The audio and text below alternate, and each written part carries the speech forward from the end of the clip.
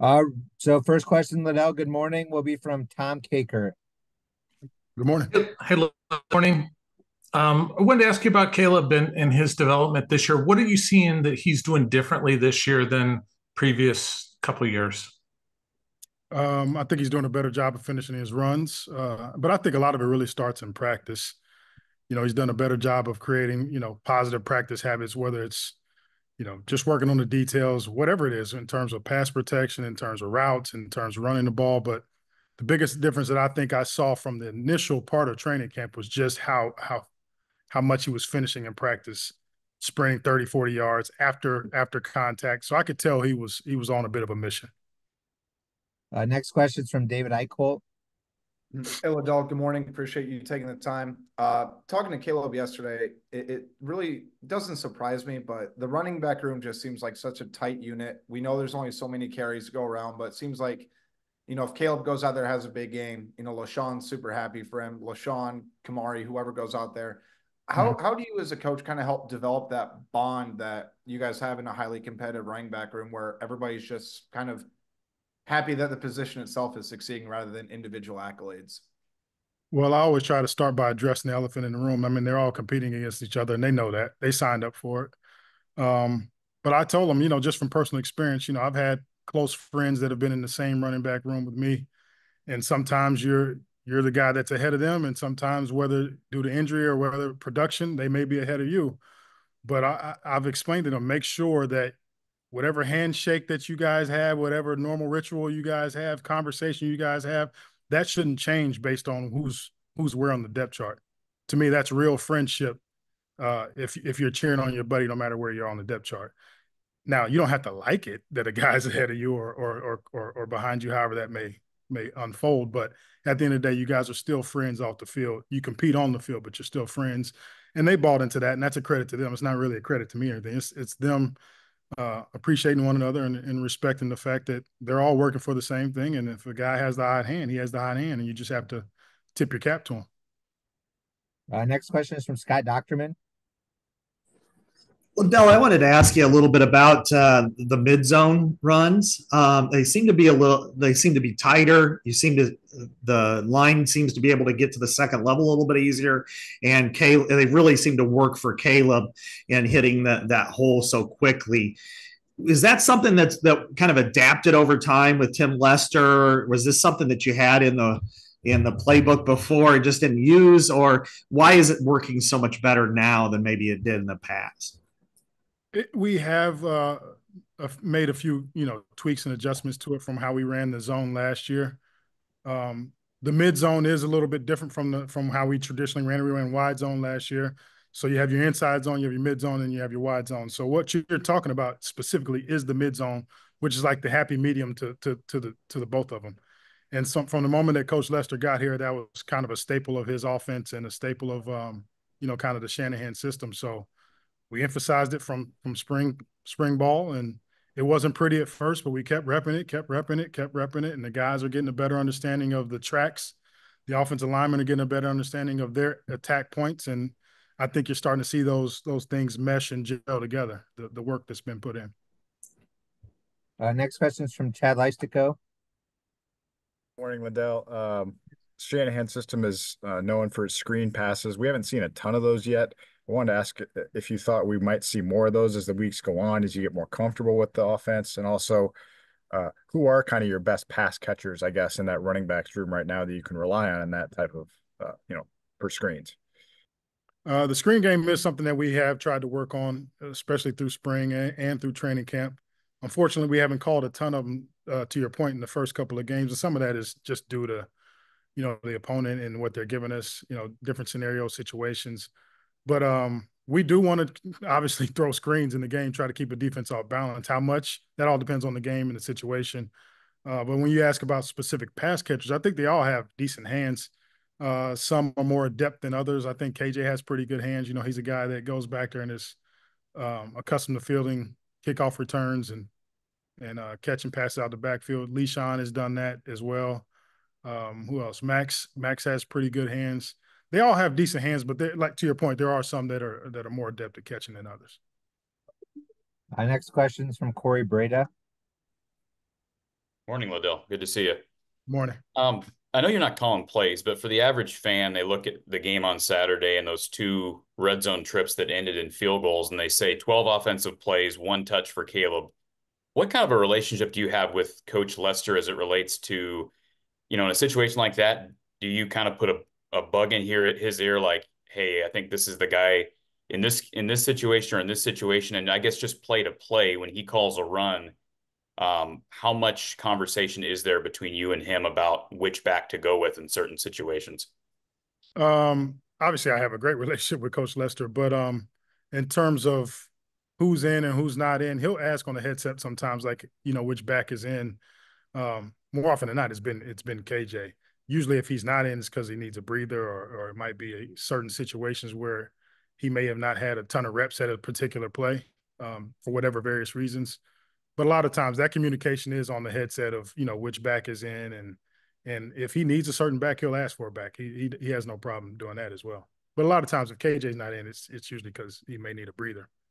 It's still early in the season. These guys are still getting their legs underneath them, to wind up. What I mean? It's not easy to take 40, 50 plays a game. Next question is from Tyler Tashman. Hi, Ladell. I hope you're doing well. Just wondering, going back to you recruiting Caleb, what all do you kind of remember from that? I know he was committed elsewhere at first, but just can you kind of take me through that process? I can. Actually, KJ was, if I remember correctly, I think he was the first kid I ever offered. I remember coming into this job and sitting in the office and sitting down with some of the recruiting department, and there was a list of backs already kind of in the data system. And I just remember sitting down, watching a bunch of backs and kind of saying yay or nay to some guys. Let's just say there's 20 names there. I watch all 20, and there's maybe 5 or 6 of those guys that I say, okay, I like these 5 or 6. And KJ was one of those. And then you kind of start watching those and comparing those guys together. And KJ was the first guy that I ever offered. So his running style and his high school tape, I was drawn to him immediately. And going back into recruiting, we had many conversations, just through the process. You get to try to know a kid and figure out what makes him tick, what he likes, what he's thinking, what his expectations are, and what our expectations are, and how I coach. And over time, we developed a little bit of a relationship in terms of, coach player. But to your point, he did choose another school at first. And, I was one of the first people to say, congratulations. If anything changes, let me know.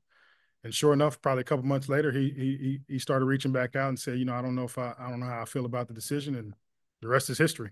Said, hey, let's get you back on campus, or let's get you on campus for the first time, and, see where we go from there. Next question is from Adam Jacoby.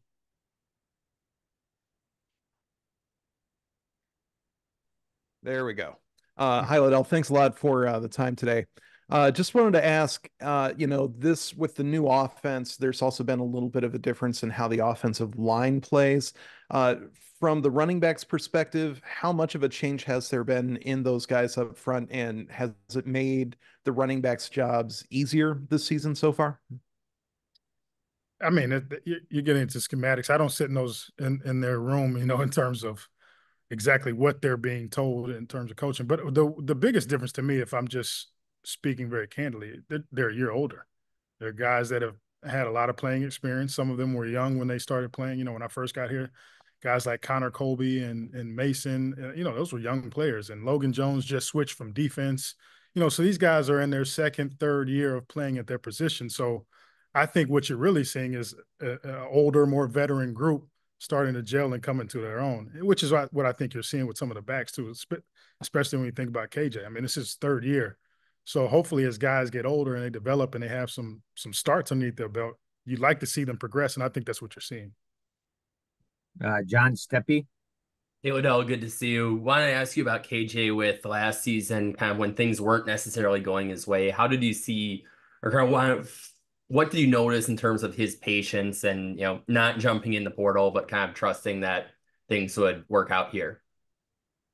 Well, KJ was hurt early in the season. I think he was hurt Iowa State week. So second week of the season, he hurt his ankle and was out for 4 weeks. That was the biggest hurdle that he encountered. And then when he came back, he still didn't feel quite himself. He didn't really trust the ankle a whole lot, and he had to work on some of his bad habits in terms of like pass protection and just running nature. He had to work through all those kinks. So it was good for him. And we had very candid conversations. Hey, this is what you need to work on. This is what you need to do. Just trust the process. And to his credit, he did. And I'm thinking back to to the conversation we had a little bit earlier when I talked about their relationship. LeSean had stepped in and he was doing a great job.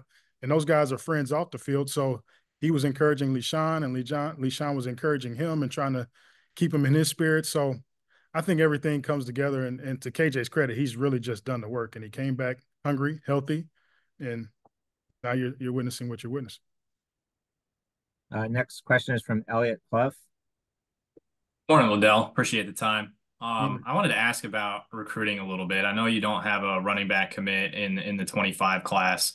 Some offers out there, some kids committed elsewhere and stuff like that. But I guess I was just curious, is it sort of a situation where you've got a luxury of a bevy of running backs right now that have either seen time or that you expect to see time? Or is it a situation where you're just kind of waiting things out given the increase in scholarships? Like, I guess I'm just curious about how things are going there.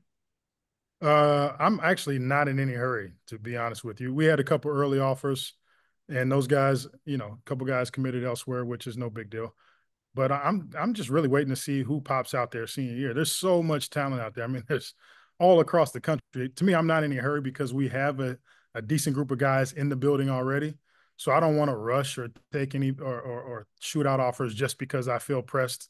That's not the situation I'm in. So I'm kind of sitting back and letting things unfold and seeing how some of these guys play their senior year, and we'll make a decision. Guys like, Kamari, TJ, they were late additions. They weren't, they didn't commit before their senior year.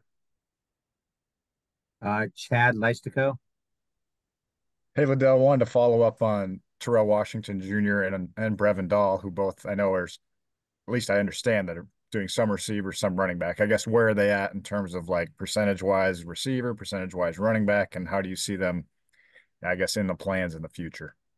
Brevin is more so in my room completely at this point. He's pretty much tailback at this point. Okay. TJ is a different story. TJ is doing a lot of reps at receiver. He's in the mix over there, and TJ could very easily come in my room and play too. I mean, he's very talented. So TJ's doing more receiver right now. I don't know if that's going to be long-term next year. Who knows? But he's got a skill set where he can transition between both rooms right now because he's got a little bit more experience. He knows the offense. So he can play receiver or running back. But to answer your question directly, he is more in the receiver room right now than he is in my room, and Brevin is in the tailback room. Tyler? Yeah, just curious about Jazz and kind of what you've seen from him leading up to the season. And obviously he hasn't really played the first couple of games, but just kind of where he stands in the room and kind of how you evaluate him right now. Jazz is doing really good, doing really well right now. He had a bit of an injury early in camp that took him out for a couple weeks, so that kind of hurt his progression. And then he's been back, and obviously when guys first come back from an injury, they're never quite themselves. They kind of got to work through that a little bit. But the Jazz that I'm seeing now, especially last week and this week, and I really think about this week in practice, to me is starting to look like the old Jazz. He still looks like he has the bounce in his step, the pep in his step, the energy, all the things you love about Jazz, they're there. So he's very much in the mix. He's back practicing well. So we'll let the chips fall where they may there, but he's available and ready to go. Scott Docterman. I wanted to kind of go back a little bit to Caleb Johnson, and he's blessed athletically, big physical guy. He's very fast. He's also got kind of that upright running style. How have you kind of coached him to, because he can absorb a lot more hits than if you get your shoulders down. How have you kind of coached him to adapt a little bit more, especially when you're bracing for contact? You know what? That's an ongoing conversation every day. I mean, from period to period, to drill, because he is so tall. I'm always reminding him, hey, keep your pads down. Sometimes he'll look at me like, Coach, my pads weren't. I'm like, no, you have to remember, you're like 6'1", 6'2". You're not 5'10" or 5'9". You need to run and bend your knees. So that's a constant reminder for him, and something he always works on and always needs to be reminded of, because he's just a tall back. He's got long legs, and sometimes he doesn't realize how high he is at times. So it's a constant reminder, and he's working on it. It's something I have to continue to harp on with him. Get those pads down and continue to hit guys with leverage, because I think when he's running that way and hitting guys with leverage, they bounce off of him.